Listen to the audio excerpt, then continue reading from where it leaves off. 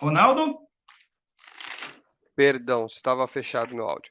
Sem Então já deu problema. aqui o seu tempo, você já está aí na tela, né? Então você tem aí o seu último texto que você vai apresentar desse último bloco. Fica à vontade, pode começar. Vai precisar de um texto aqui, de alguma imagem? Não, agora é o texto do Leonardo. É o texto do Leonardo? Não, sou eu, desculpa. É a parte Agora do você me texto C. confundiu. Perdão. Agora eu me confundi. É o texto C, que é João 17, do 1 ao 3. Tá. Deixa eu pegar aqui primeiro, aí eu solto o tempo. Não precisa nem soltar o meu tempo, não. O Leonardo sabe. Eu quero que ele analise João 17, 1 a 3, o que diz. Não precisa soltar meu tempo, não, Tá, só isso. então Vai passar para ele. vou passar para ele, então. Tá certo. Leonardo Andrade, então você tem aí 8 minutos para fazer aí o comentário sobre o texto. Fica à vontade, pode começar. Então vamos lá. Não é dessa forma, não. A palavra, só voltando, né? Eu posso fazer isso no meu tempo. A palavra Elohim, ela é um plural de pessoa? Não falei isso. Não, aí você tem todos esses textos que eu botei aqui no plural. Mostra aí a tela aí, por gentileza, Naldinho. Mostra aí. Todos esses textos que eu botei no plural, você não falou de nenhum. Saiu pela tangente, correu, né? Não falou dos textos, não comentou, não fez nada dos textos. Você podia ter comentado. Você podia ter comentado sobre o plural no construto. É porque as testemunhas de Jeová não conhecem muito questão de gramática. Pediram o piloto, outra pessoa, para defender, mas o piloto também não sabe. Não sabe o que é um perfeito profético. Então, esses caras são ridículos nas suas interpretações. Quando você fala de interpretação, eu tenho tempo, eu posso fazer isso. Tá falando, quando você fala de interpretação, a interpretação judaica ela tem 4 níveis.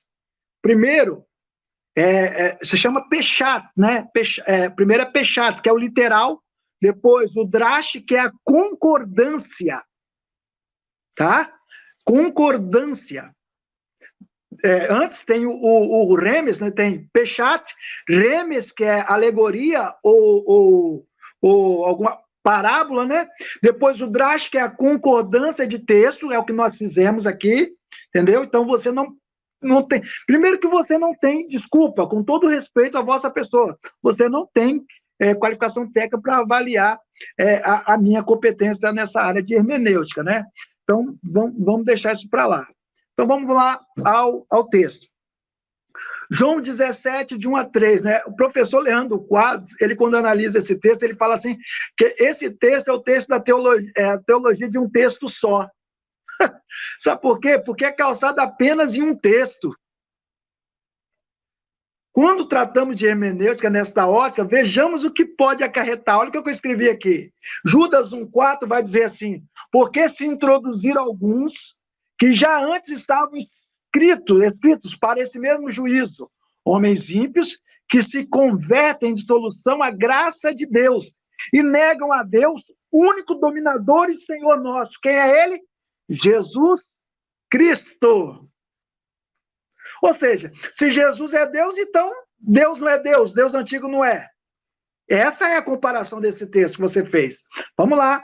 Primeira carta de João 5,20. E sabemos que já o Filho de Deus é vindo e nos deu entendimento para conhecermos o que é verdadeiro. E no que é verdadeiro estamos, isto é, em seu Filho Jesus Cristo. Este é o verdadeiro Deus e a vida eterna. Se Jesus é o verdadeiro Deus, então o Deus do antigo é falso.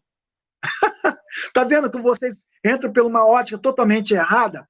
O texto de João 1 a 3 é construído a partir da ótica que Jesus é o Deus encarnado. Sendo assim, você tem que avaliar Filipenses 2, de 6 a 11, que diz assim, que, sendo na forma de Deus, não teve por usurpação ser igual a Deus, mas esvaziou a si mesmo, tomando a forma de servo, fazendo semelhante a homens. Isso aqui é claro, olha, ele é na forma de Deus, ele fez semelhante a homens. Está claro o texto. Esse aqui é um erro de interpretação, mas, infelizmente, as testemunhas de Jeová não são incentivadas a fazer faculdade ou a estudar. E achado na forma de homem, humilhou-se. Por isso Deus o exaltou soberanamente, lhe deu um nome sobre todo nome. Olha a bomba que eu vou te mandar agora. Para que ao nome de Jesus se dobre todo o joelho dos que estão nos céus e na terra e debaixo da terra. Olha só. O rei Davi escreve: o Senhor Adonai diz ao meu Senhor Adonai: assenta-te à minha direita, faça os teus inimigos ao cabelo dos teus pés. Ó, sabe o que significa isso? Não cheguei ainda não, né? Não cheguei não. Não é isso não. E toda língua confessa que Jesus é o Senhor, né? Para a glória de Deus Pai. Ó, a Bíblia diz que eu sou o Senhor e não divido a minha glória com ninguém. Como que fica, Atafona? Esse texto aqui, ó, diz o Senhor ao meu Senhor: assenta-te à minha direita. Ainda sobre o texto, todo joelho se dobrará e toda língua confessará. Em Filipenses 10, 11, diz assim: para que o nome de Jesus se dobre todo joelho. O que isso quer revelar? Isso quer revelar o texto. Ó, olha o que Romanos diz. Porque está escrito: eu vivo, diz o Senhor, né? Deixa eu ver se eu acho outro texto aqui. Passando assim, a gente passa rápido. Que todo joelho se dobrará a mim e toda a língua. Então, Romanos confessa, né? Jesus. Filipenses, em aramaico 2:11, vai dizer assim, eu vou ler para você. O Huleshon, de Moriohu, ele, né? Ru é ele. De Morio é o tetragrama do Antigo Testamento, é o próprio Jeová. Então, isso aqui se traduz como Jeová. Yeshu Mashihor. Então, toda língua confesse que Jeová, ele é Jesus, o Mashiach. Olha que lindo!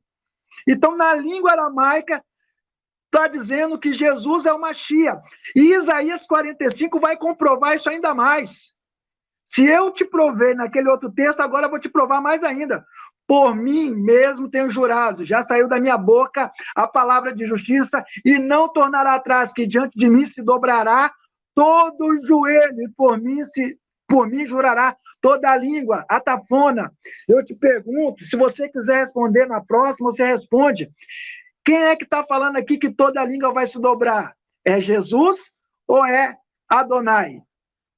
Ou é Jeová? É Jeová que está falando? Se for Jeová, infelizmente, você está concordando comigo, porque o texto está dizendo, ó, Filipenses 2:10, e toda língua dobre e reconheça que Jesus é Senhor. Que lindo, Atafona, que lindo.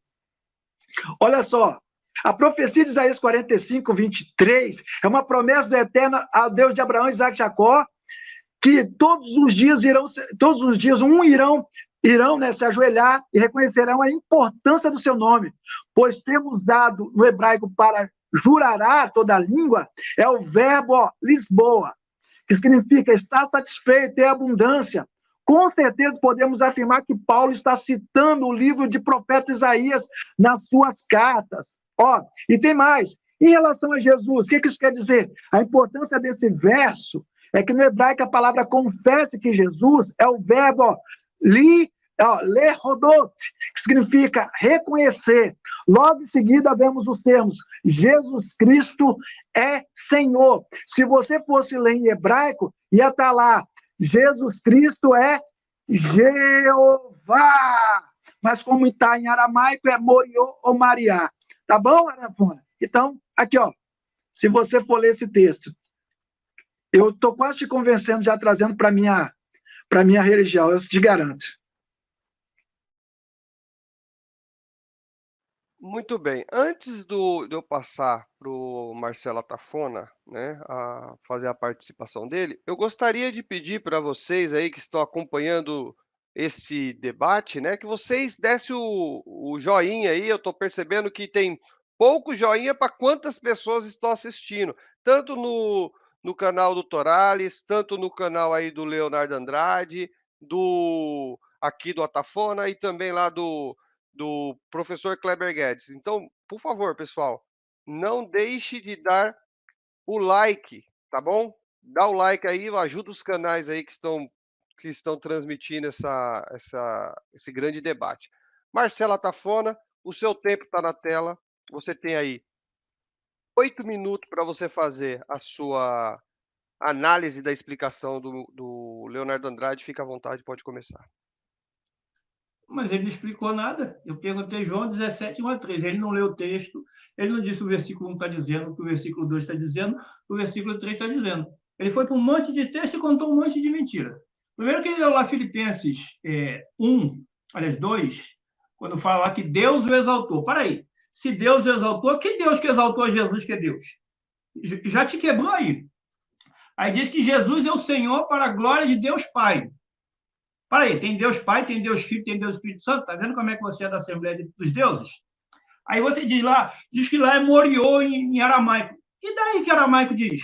Em português você pega a Bíblia lá, Almeida, as falsificadas, porque Almeida não colocou Senhor coisa nenhuma, ele colocou Jeová onde tinha o tetragrama. Se é Jeová ou não é outra coisa, ele colocou um nome próprio. Jeová, foi o que ele colocou. Eu tenho o PDF da Bíblia Almeida de 1850. Quem quiser pode pedir para mim.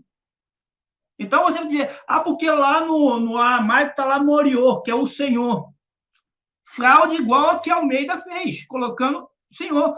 Eu já te quebrei no teu vídeo, onde você diz que lá é Moriô, que eu mostro. Ali não pode ser Moriô, porque você diz que o tetragrama deve se pronunciar Yehová ou Yevá. Não é Adonai. Adonai que é Adonai não, Adon, que é Senhor hebraico. Não está Adon, está o tetragrama. Então você mente descaradamente como todo trinitário. E aí você diz aqui, que eu não comentei nenhum texto daquele que você colocou. Quem tem que comentar os textos que você coloca é você, não sou eu. Eu fiz o comentário do que eu tinha que comentar. E não de 700 mil textos que você coloca para eu comentar. Eu não tenho que te responder. Por favor, não fique chamando a atenção do público mostrando caderninho, não. Eu não faço isso no seu horário. Tá? Aí você diz que as TJs não conhecem hebraico. Aí eu pergunto a você, os assembleianos conhecem? Os batistas conhecem? Poucos assembleianos conhecem, poucos batistas conhecem. Tem Testemunho de Jeová também conhece. E outra, você mente quando você diz que as TJ pediram o piloto. Você tem prova disso? A cara não queima de imitar o diabo e contar uma mentira dessa. Não, você tem alguma prova de que as Testemunhas de Jeová procuraram Ronaldo Piloto para fazer alguma coisa? Desculpa ter que chamar de mentiroso, porque isso aí não é verdade. Certo? Aquele seu videozinho lá, o líder, é como se você quisesse dizer que eu lidero o Querubim, que eu lidero o Ronaldo Piloto. Aquilo ali, para mim, não está dizendo nada. Mas você não trabalhou o texto. Aí você citou um texto aqui, que você não disse qual é, do Antigo Testamento, que Deus não divide a sua glória com ninguém. Aí eu vou ler para você aqui, João 17, versículo 2, aliás, 22. Não, 21 e 22. Para que todos sejam um, assim como tu, ó Pai, és em mim e eu em ti. Para que eles sejam um em nós, para que o mundo creia que tu me enviaste. E eu lhes dei a glória que a mim me deste, para que sejam um como nós somos um. Você disse que Deus não dá a glória dele para ninguém? Se Jesus tem glória, Jesus é Deus, então os discípulos são Deus, né, seu Leonardo Andrade? Quando o texto lá de Isaías diz que Deus não dá a sua glória a ninguém e nem o seu louvor à imagem de esculturas, você quer falar alguma coisa, Leonardo? Você está... tá. Então, aquilo lá não dá glória para os deuses das nações que estavam à volta. Você tem que ver o contexto. Agora, vamos aqui em João 17, do 1 ao 3, ver o texto que você não analisou. Pode parar o tempo dele agora. Repete só o texto para mim, por favor.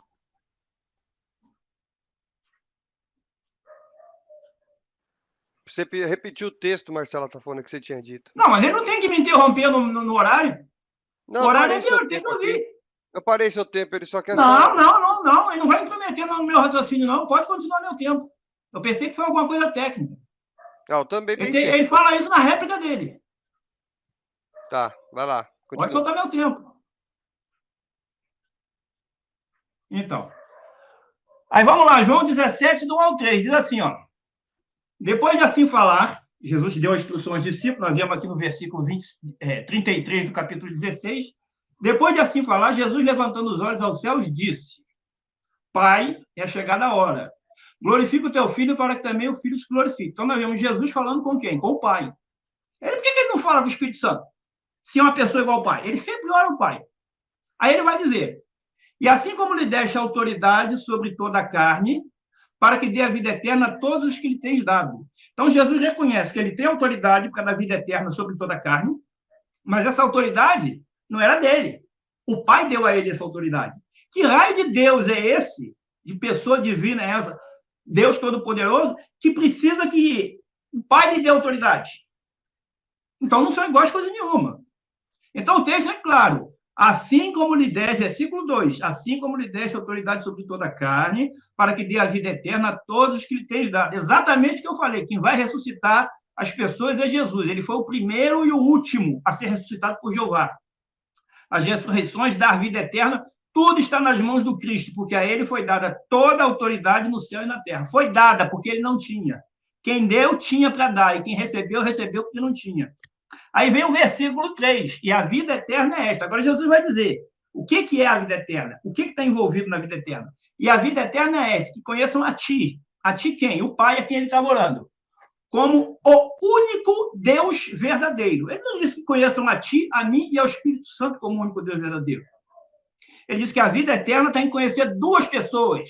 O Pai dele como o único Deus verdadeiro e ele, Jesus Cristo, que foi o enviado. Por que ele não diz que é necessário conhecer o Espírito Santo de qualquer modo para ter vida eterna?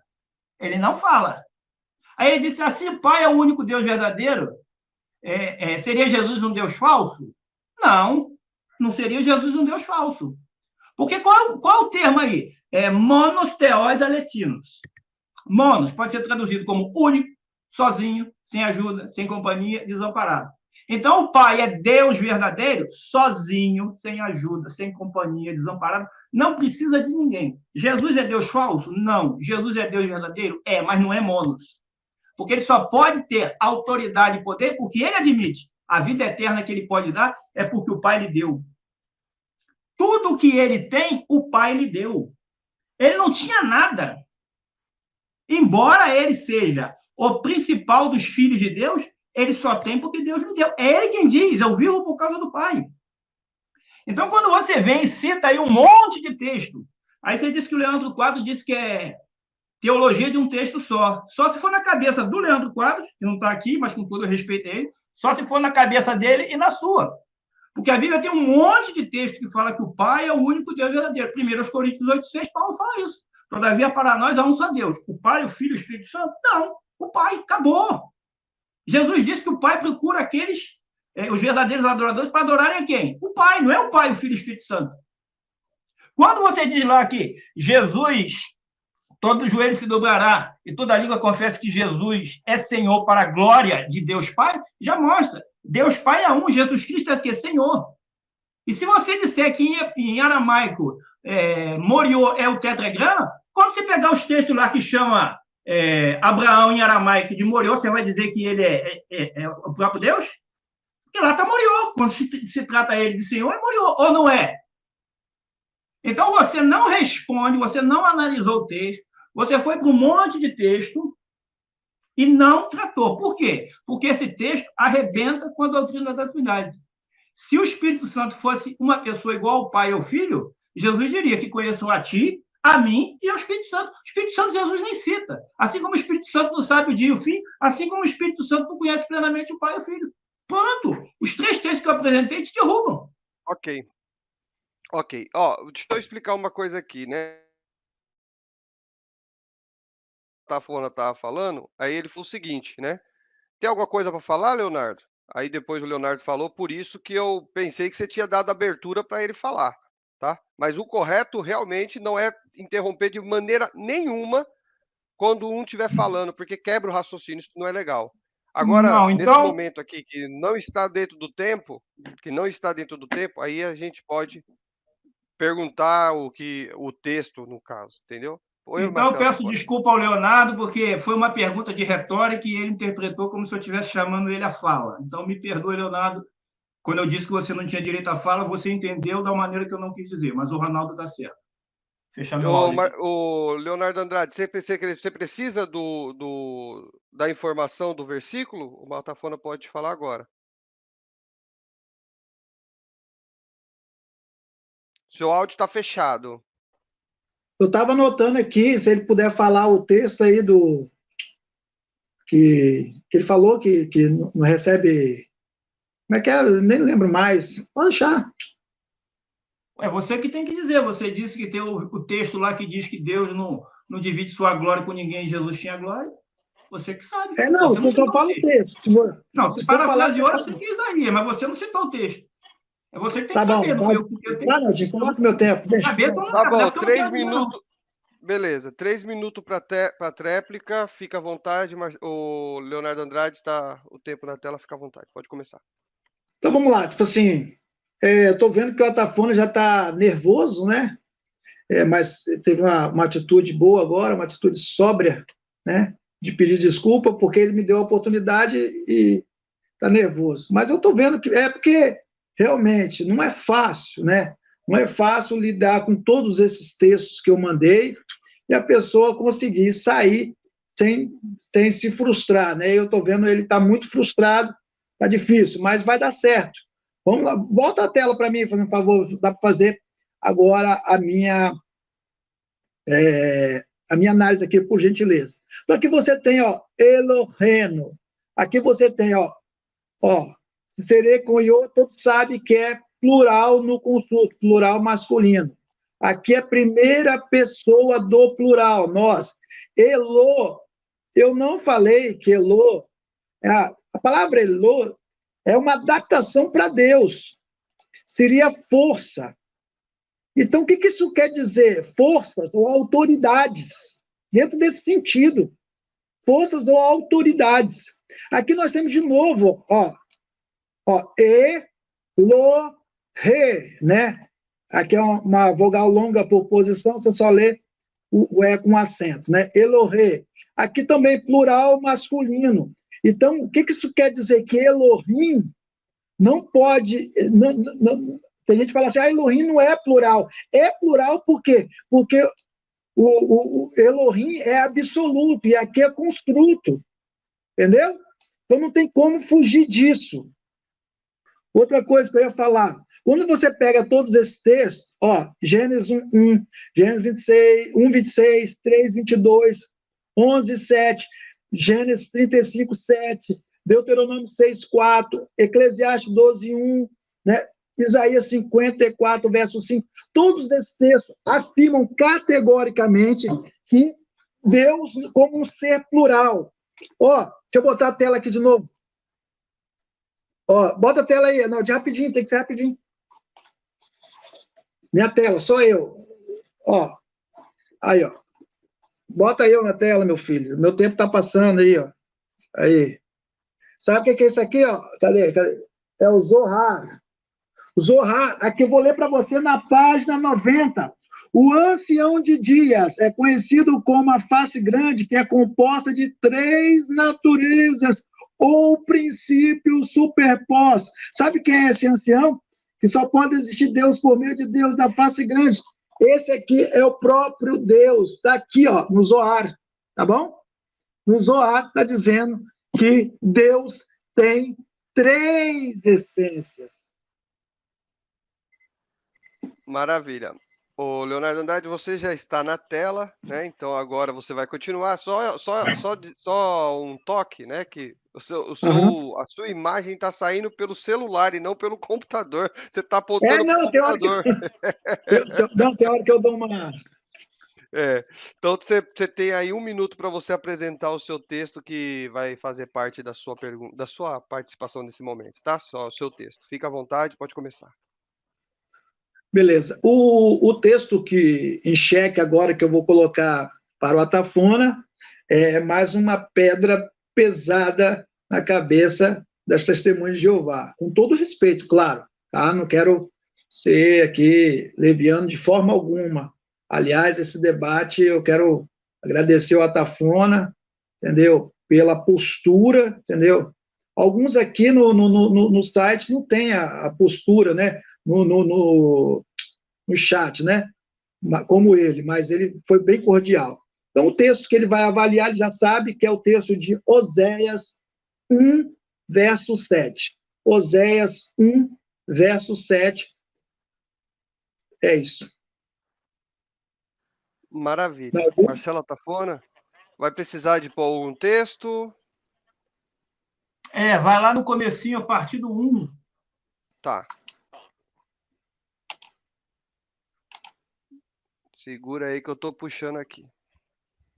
Enquanto isso, vou colocar o seu tempo aí.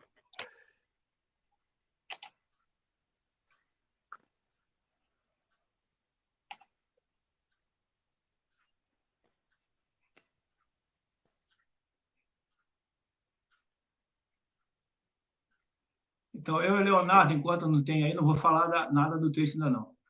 Nós sempre tivemos assim, depois eu falo. Então, vamos Peraí, lá. ainda pode falar Não, que eu ainda vou colocar aqui versículo ainda. 1. Pode falar aí. Então, como o Leonardo falou aí que eu fui cortês, eu não tenho nada contra a pessoa do Leonardo, mas eu tenho tudo contra aquilo que ele defende, porque eu acho que o que ele defende não é a verdade da Bíblia. Então, eu chamei ele aqui para o debate porque fica aquela história. A Cotafona tem medo de debater comigo. Aí o Leonardo tem medo de debater com a Cotafona. Bom, chegou o dia, nós estamos aí debatendo, né? Algumas palavras até um pouco ríspidas, mas faz parte de um debate. Então, ele pediu Oséias 1:7. Eu vou ler do 1 a 11. Eu vou analisar para nós o contexto do 1 a 11, se der tempo. Se não der, eu faço na tréplica, eu continuo na tréplica. Fica à vontade, pode começar. Bom, deixa eu ler o 7, que foi o que ele pediu, para não fugir. O 7 não precisa mudar, não. Diz assim, o 7. Terei, porém, misericórdia da casa de Judá e os salvarei por Jeová, seu Deus. E não os salvarei pelo arco, nem pela espada, nem pela guerra, nem pelos cavalos, nem pelos cavaleiros. Bom, então o que é que o versículo 7, que ele perguntou, o que o texto está dizendo? Bom, nós vamos ver aqui na minha análise do versículo 6, que Jeová vai mostrar que ele vai quebrar o arco da casa de Israel, tá? O reino das 10 tribos, mas com Judá ele vai fazer diferente. Israel foi atacado pela Síria e Jeová quebrou o arco de Israel. Mas quando a Síria atacou Israel, aliás, atacou o reino de Judá, Jeová não fez o que ele fez com a Síria. Aliás, com o reino de Israel, com a casa de Israel. Ele salvou nem pela espada, nem pelo arco, nem pela guerra, nem pelos cavalos, nem pelos cavaleiros. Ou seja, ele não usou uma força visível humana. Isso aqui se diz que no ano 732 a.C., quando Senaqueribe sitiou a cidade de Jerusalém, o rei era Ezequias, Jeová mandou um único anjo e destruiu 185 mil do exército assírio. É isso que o texto está explicando. Jeová salvaria Judá, a casa de Judá, o reino onde tinha o rei da linhagem de Davi, o sacerdócio da linhagem de Arão e o templo das mãos da Assíria. Mas vamos lá agora, a partir do versículo 1, que eu quero contar um pouquinho dessa história aqui, tá? Então diz aí, a palavra de Jeová foi dirigida a Oséias, filho de Beeri, nos dias de Uzias, Jotão, Acais e Ezequias, reis de Judá, e nos dias de Jeroboão, filho de Joás, rei de Israel. Bom, Oséias ele foi um profeta que profetizou por quase 60 anos, de 804 a.C. a 745. E ele fez profecias direcionadas ao reino de Israel, tá? As 10 tribos. Ele fala de Judá, mas ele se dirige primariamente a Israel. Passa aí a próxima imagem. Ele cita aí no versículo 1, cita 4 reis de Judá e 2 reis de Israel, tá? O Jeroboão, que era o Jeroboão II, não aquele primeiro, e o pai dele, Joás. Ele cita 4 reis, que é os reis do período em que ele foi profeta. Talvez porque ele entendesse que os reis que representavam realmente a soberania de Jeová seriam os reis da linhagem de Davi. Mas ele cita Jeroboão também. Aí vem o versículo 2 assim, ó. Quando Jeová falou ao princípio com Oséias, disse Jeová a Oséias, vai e toma uma mulher de fornicação e filhos de fornicação, porque a terra comete fornicação, apartando-se de Jeová. Ó, Jeová falou para ele casar com uma mulher de fornicação e filhos de fornicação. Então, Jeová estava usando a mulher, futura mulher de Oséias, como um símbolo da apostasia do reino de Israel a quem ele profetizava. 2 dos filhos que ela teve foram por fornicação. E Jeová mandou colocar nomes desfavoráveis, eu vou mostrar quais são. E o primeiro não, era um nome favorável. Passa a próxima imagem, parte 3. 3 e 4. Foi-se, pois, e tomou a Gomer, filha de Diblaim, ela concebeu e deu à luz a um filho. Disse-lhe Jeová, deu à luz a um filho.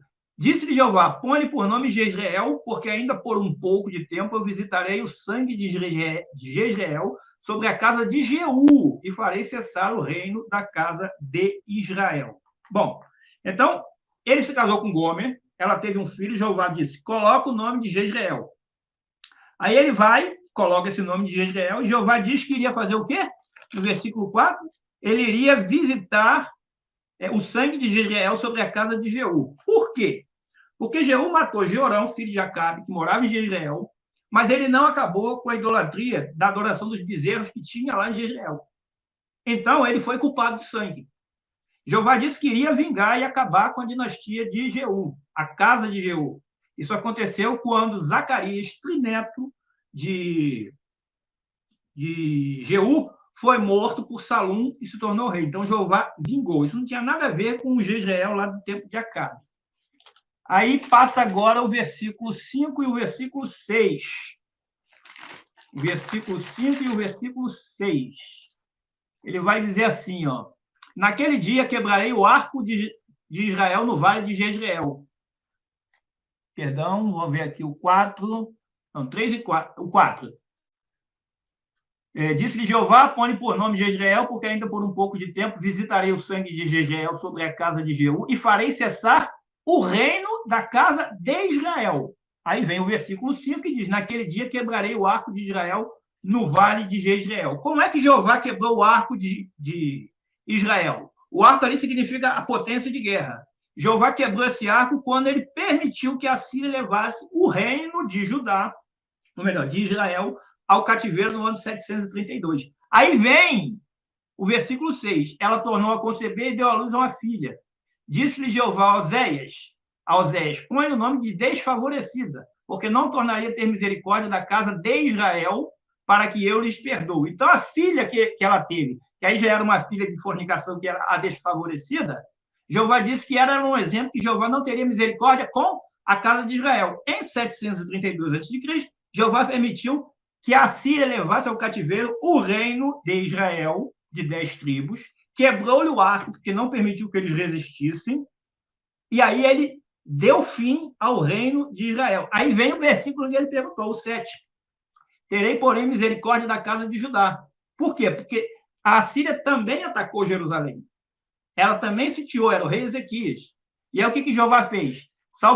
Não salvarei nem pelo arco, nem pela espada, nem pela guerra, nem pelos cavalos e nem pelos cavaleiros.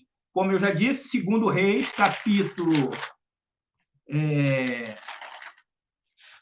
segundo Reis, capítulo 10, 30 e 31, diz que Jeová, por meio de um anjo, destruiu 185 mil. Então, Jeová cumpriu a promessa. Não salvou o reino de Israel, mas salvou o reino de Judá. Então, o versículo 7 que ele perguntou diz respeito a quê? A promessa de Jeová de salvar Israel por uma forma milagrosa, e ali é Jeová quem salvou, de uma forma milagrosa. Eu acredito que eu sei o que ele vai falar para mostrar, defender Trindade nesse texto, porque o objetivo era de mostrar textos para defender Trindade. O termo é Deus é uma Trindade? Eu quero ver ele mostrar Trindade nesse texto aí. A pluralidade nesse termo, que eu acredito que eu sei qual é que ele vai usar. Não é se é pluralidade, é Trindade. Trindade é Pai, Filho e Espírito Santo. Eu quero ver mostrar Pai, Filho e Espírito Santo nesse texto. Eu disse que até o 11 não vai dar tempo, mas na minha tréplica, eu vou ver se eu consigo falar o restante do texto. Então, o versículo 7, que é o que ele perguntou, o que ele está dizendo: terei, pois, misericórdia da casa de Judá, e o salvarei por Jeová, seu Deus, tá? Ele vai dizer que ali tem Elohê, eu sei, tá? Você disse que tem o Tserô e Ode, é um plural no construto. Sim, construto é semelhante ao genitivo, onde o primeiro substantivo pertence ao segundo substantivo. Por isso que é Eloheno, nosso Deus. O Deus está no plural, está ali Eloheno, por quê? Porque é nosso Deus. O plural se refere àqueles a quem o Deus era Deus dele, e não a Deus. O plural não é de Deus. O plural é relativo ao nosso, não a Deus, é o nosso, o Deus dos israelitas. Ok. Leonardo Andrade, você tem aí 8 minutos para você fazer a análise dessa explicação. Abre aí o seu áudio, fica à vontade, pode começar. Bota minha tela aí, por gentileza, Naldinho, por favor. Então, antes... Atavana, quando você vê esse vídeo aqui de novo, eu creio que você vai assistir, você é um cara muito, assim, voltado, centrado nas coisas que você faz. Repito, não tenho nada contra nenhum testemunho de Jeová, eu gosto de você, gosto do Adriano, tá? Às vezes a gente somos ríspidos mesmo, e você agora, tá? Mas você vai ter vergonha das suas respostas, principalmente a de Jeremias e essa aqui, entendeu? Você não respondeu nada, você contou a história do texto, você não falou de Trindade. Cadê? Então vamos lá, o texto é esse aqui, ó. Eu não vou ler para você, tá? Bet, Yehudá. Vamos lá, vamos, senão a gente perde tempo. Olha só, a segunda cláusula do texto é introduzida dentro do discurso profético por um verbo, ó, verrochatim, que se encontra na primeira pessoa, com o sufixo na terceira pessoa do masculino plural. Na temporalidade do aspecto verbal, que é vecatal, usado comumente como linha principal em discursos proféticos. Esse verbo desempenha uma ação ativa causativa, envolvendo sujeito e subsujeito. Vou marcar aqui, que você talvez não entenda. Ele envolve sujeito e um subsujeito. O que isso quer dizer? Ele vai falar de uma pessoa, mas ele vai envolver outra no texto, tá bom? Sempre vai envolver. Ou seja, quando o sujeito faz com que o subsujeito, nessa ocasião, pratique a ação. Então, é o sujeito que faz com que o subsujeito pratique a ação. Então, essa voz ativa aqui é do subsujeito, né? Nesse caso, quem fala na primeira pessoa é o próprio Eterno, que é o Pai, prometendo a salvação para quem? Para aquilo que você explicou bem, você pregou bem. Porém, essa salvação, segundo o discurso profético, seria dado e efetuado mediante a um subsujeito, que está relacionado dentro da construção da Jeová, né? Vamos fazer assim, Bar Jeová. Essa construção é formada por preposição mais substantivo próprio, que seria o tetagrama. A preposição ba aqui desempenha a função exegética de interesse. Essa função é vista como sendo usado no proposto interesse de proteção e salvação, no que mostra claramente que essa função seria efetuada pelo portador do tetagrama sagrado. Nossa! Está entendendo o que eu estou falando, Atafona? Que aqui é o subsujeito, não é o sujeito, é o subsujeito. Uma espécie de um segundo ser divino, que porta também o nome sagrado. Olha só! Esse subsujeito, no texto, ele porta o nome sagrado, ele é um ser divino. Se você falasse, não, ele é só um ser divino, beleza. Mas você tem que aceitar também que ele porta o nome do Eterno. Ou seja, temos aqui um segundo sujeito que efetuará a salvação à casa de Judá, prometida pelo primeiro, que fala na ação verbal, voz ativa, expressa na primeira pessoa. Esse subsujeito é visto dentro desse discurso profético como Eloheihem, o Deus deles. Ou seja, você tem alguma dúvida que se trata de Jesus? Vamos continuar. A expressão aqui construída por substantivo sufixo na terceira pessoa, traduzido Deus deles, traz a conclusão dessa segunda cláusula, como um complemento onde enfatiza a divindade do segundo ser, reconhecida como Deus deles, e é responsável pelo ato da salvação futura que viria, concluindo que nessa segunda cláusula temos a presença de duas pessoas divinas, expressa dentro desse discurso profético. Com o meu tempo ainda, né? Eu acho que... Mas vamos lá. Gênesis 19, versículo 24, para complementar o que nós falamos. Jeová, aqui é a tradução de vocês, eu coloquei aqui, fez chover enxofre e fogo sobre Sodoma e sobre Gomorra, da parte de Jeová, desde o céu. O texto atesta claramente que Jeová, né, da terra e outro Jeová do céu, indicando uma demonstração clara da pluralidade divina. A tradução literal seria o quê? E fez Yahweh descer fogo do céu por parte de Yahweh. O gênero literário aqui é narrativo. Se você falar, não, mas Gênesis 4:23 tem um texto igual, similar. Não, lá é poesia de paralelismo sinonímico. Então não pode ser a mesma coisa. Em um mesmo texto temos dois Yahweh em regiões diferentes. A estrutura também está invertida. Pois primeiro vem o sujeito, depois o verbo. E depois o complemento, que é o objeto direto. Isso acontece porque quando o autor quer evidenciar uma aparição ou uma proposta. Comentário de Thomas Cook, Gênesis 19:24-25. O Senhor choveu do Senhor. O Senhor choveu do Senhor. Rabi Gant afirma, e Calmet também, que é da mesma opinião, que o Senhor aqui repetiu, se refere ao Pai e ao Filho. A Bíblia de Jerusalém diz, então Yahweh fez chover chofre e fogo. De quem? De Yahweh. O Targum de Jerusalém, escrito em aramaico, eu traduzi.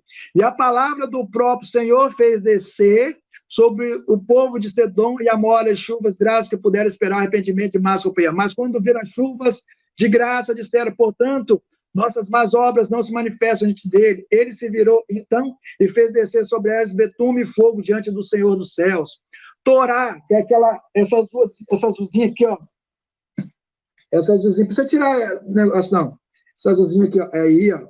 É ao contrário, né? É aí. Aí, ó, Torá, a lei de Moisés. Olha o que ela diz. Pode deixar aí, Naldi, pode deixar. Aí, isso é rápido. E o Eterno fez chover sobre Sodoma e Gomorra, enxofre do céu, da parte do Eterno. O Eterno da parte do Eterno. Seria uma redundância, mas não, se trata de Deus. A Bíblia pastoral, então, Javé fez chover do céu, enxofre e fogo de Javé sobre Sodoma e Gomorra. Então, aqui, eu acho que eu enterro de vez essa doutrina do arianismo, que é contra a doutrina da Trindade. Maravilha. Agora, Marcela Tafona, você vai ter aí 3 minutos para você fazer a sua tréplica. Fique à vontade. Seu tempo já está na tela aí, pode começar, tá? Bom, não vou gastar os 3 minutos para falar do versículo 8 a 11 de Oséias, não. Eu vou comentar o que ele falou aqui. Ele disse, você contou a história do texto e não falou de Trindade. E você falou de Trindade? Você falou de um ser, de um segundo ser, você não falou de um terceiro ser. Você também falou de Trindade. E outra, eu não tenho que contar Trindade no texto que você propôs. Quem tem que contar Trindade no texto é você, porque o texto foi proposta sua. Eu tenho que mostrar que não tem Trindade. Então, você quer inverter a situação. Aí você disse que tem um subsujeito, uma espécie de segundo ser divino. Beleza, um segundo ser divino. E cadê o terceiro ser divino? Você tinha que apresentar texto para provar Trindade. Você mesmo, na sua dissertação, na sua réplica, você não provou Trindade.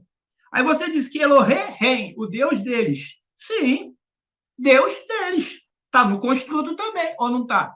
Seria uma espécie de, como se diz no hebraico, genitivo. Aí você falou lá, Gênesis 19:24, fez chover fogo de Jeová, da parte de Jeová. Então vamos ver Isaías 45:18? Você disse que um Jeová na terra, um Jeová no céu, né? Então vamos ver aqui, ó. Dá para você colocar aí na tela para todo mundo ver, Ronaldo? Opa, perdão. Saiu aqui da... Ô, gente, espera aí. Aqui, voltou. Tá aqui, ó. Você disse que tinha 2 Jeová, né? Olha como é que a Bíblia joga você no chão. Pois assim diz Jeová, isso aí é Isaías 45:18. Pois assim diz Jeová, o Deus que criou os céus, não os deuses, como se fosse 2 Jeová, 3 Jeová. Pois assim diz Jeová, o Deus que criou os céus, que formou a terra e a fez, ele a estabeleceu, não a criou para ser um caos, mas a formou para ser habitada. Eu sou Jeová, não nós. Eu sou Jeová, e não há outro. Então não tem um Jeová na terra, um Jeová no céu. O problema seu, Leonardo, é pegar e ficar citando um monte de texto só para dizer que, peguei o Atafona, que eu citei o texto, ele não soube responder, porque isso, porque aquilo.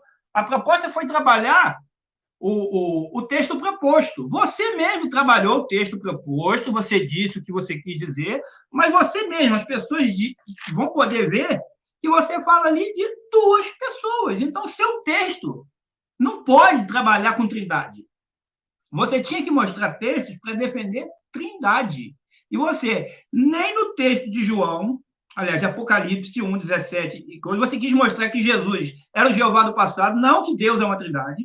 O texto de Jeremias, a mesma coisa, e o texto de Oséias, a mesma coisa. Todo trinitário trabalha. Jesus é Deus. O ponto não é Jesus é Deus, o ponto é Deus é uma trindade. Você não conseguiu mostrar trindade em lugar nenhum. E outra, não adianta querer fazer graça, que eu estou convencendo a levar. Tá? Não vai levar. Não vai, porque eu não acredito na mentira. Ok, Marcela Tafona, você já está aí na tela, então nós já encerramos aqui as participações. Você vai ter aí 4 minutos para fazer a sua conclusão. Você falou que tinha um vídeo, você me passou aqui o link. Tem um minuto só para eu poder já deixar preparado? Fique à vontade. Eu não vou falar aqui do debate, não. Vou só agradecer o pessoal aqui, né? Ó, eu queria agradecer. Qual que é o minuto aqui que você vai precisar? Fala a partir do 17.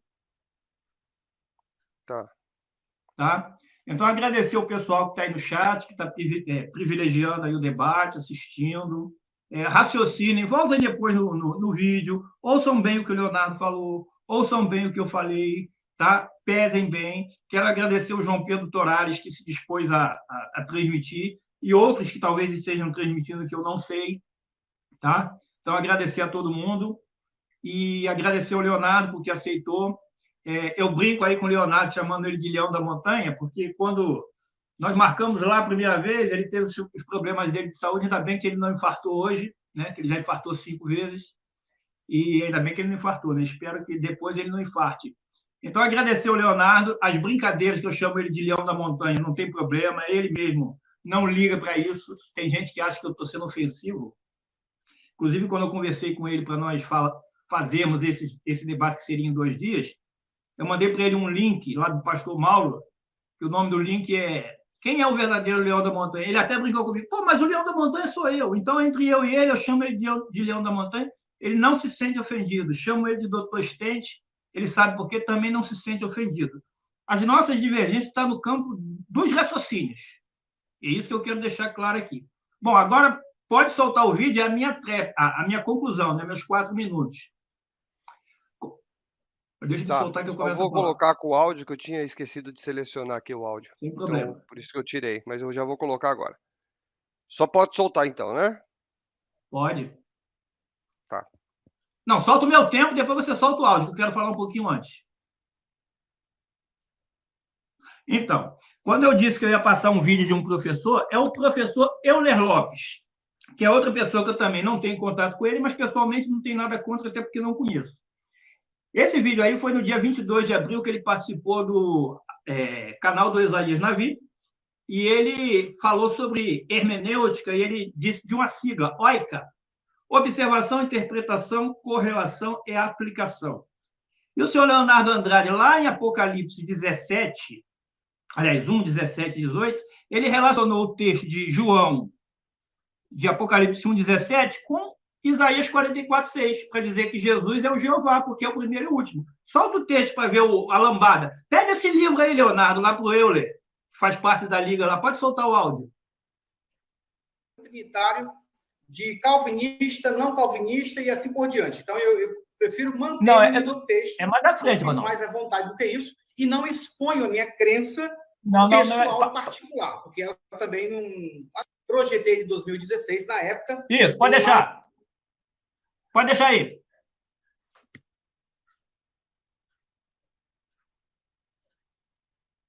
Pode deixar rolar.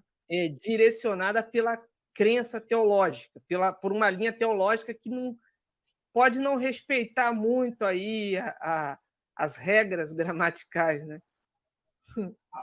Exatamente. Deixa eu pegar aqui falar em hermenêutica. Eu sou professor de hermenêutica, né? Está aqui um livro que eu irei publicar, estou corrigindo esses livros de hermenêutica. Ele é de 2017, projetei de 2016 na época, tem mais de 120 páginas, ele.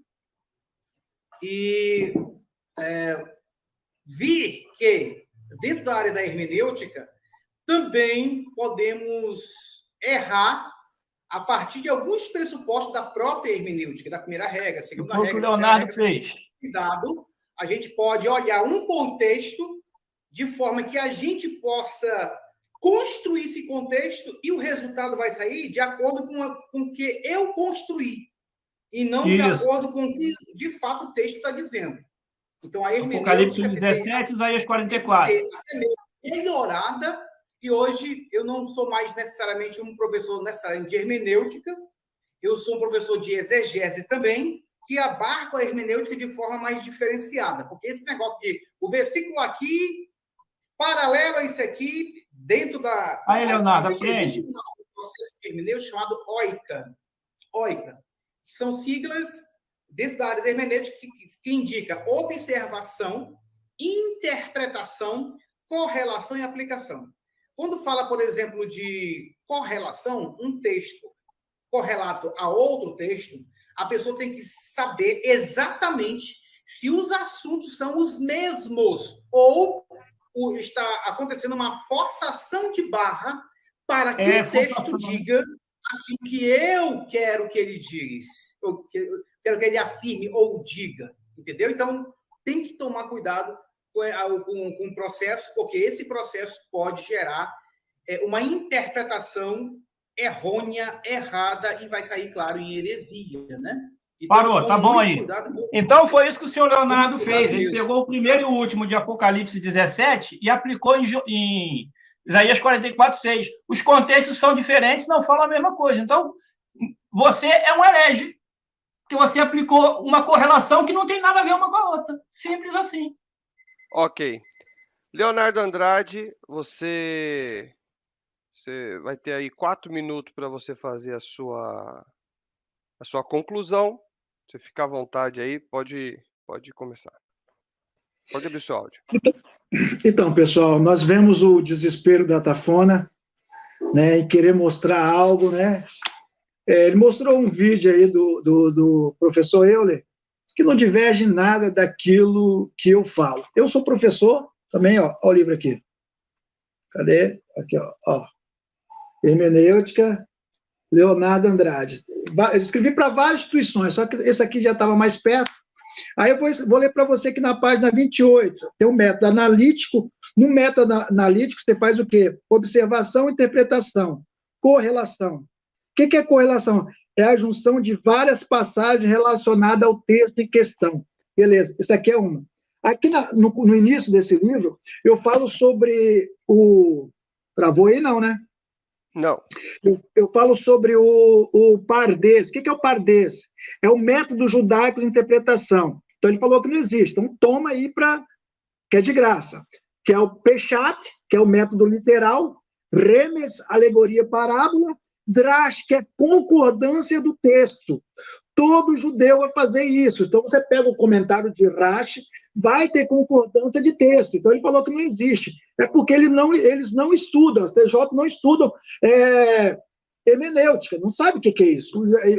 Eu nem me frustro de fazer um tipo de pergunta ou alegação dessa, porque eu sei que eles não estudam. Aí não tem esse tipo de conhecimento. Eles ficam em base, não compram livros, ficam em base de aplicativo, e esses aplicativos acabam levando o cara para o brejo.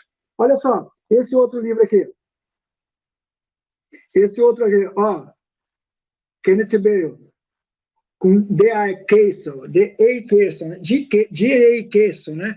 Que o Átila falou para mim, um abraço, Átila, Deus abençoe, meu professor. Tamo junto. Então, esse livro aqui, ele é todo baseado em comparações. Quem tiver oportunidade pode comprar. Excelente livro. É todo baseado em comparações entre o antigo e o novo. Como que o Atafona tem a audácia de falar que hermenêutica não tem isso. Então, foi um tiro no pé. Avaliando o debate aqui, quero agradecer de antemão ao Atafona por ter estado aqui, né? E ele me convocou, na verdade foi ele que me convocou, né? E eu estou aqui, novamente, E se você quiser propor um debate, ou do mesmo nível, né? Ou de outra forma diferente, a forma que eu mais gosto é aquela de perguntas, sem saber nada. Então, estamos aí, tá? Eu te proponho um debate sobre a TNM para você provar, e vai transcorrer da mesma forma, cordial, como está sendo agora, entendeu? Eu não tenho nada contra as testemunhas de Jeová, apenas pelo ensino que é pregado, que eu não concordo, e eu tenho que usar minha base, né? Em relação a Almeida, pessoal, eu não sou patrocinado por Almeida, tá? Eu não tenho patrocínio ainda, né? Se alguém quiser, estamos aí, tá bom? Eu não sou patrocinado. Em relação ao Vini ou Vine, não tem importância. Você pode perguntar a qualquer professor de inglês. A maioria dos TJ são professores de inglês, né? Mas você pode, se eles fossem um pouquinho mais, alguns deles fossem mais, eu ia falar, não tem nada a ver, não. Você pode falar, porque você tá no Brasil, entendeu?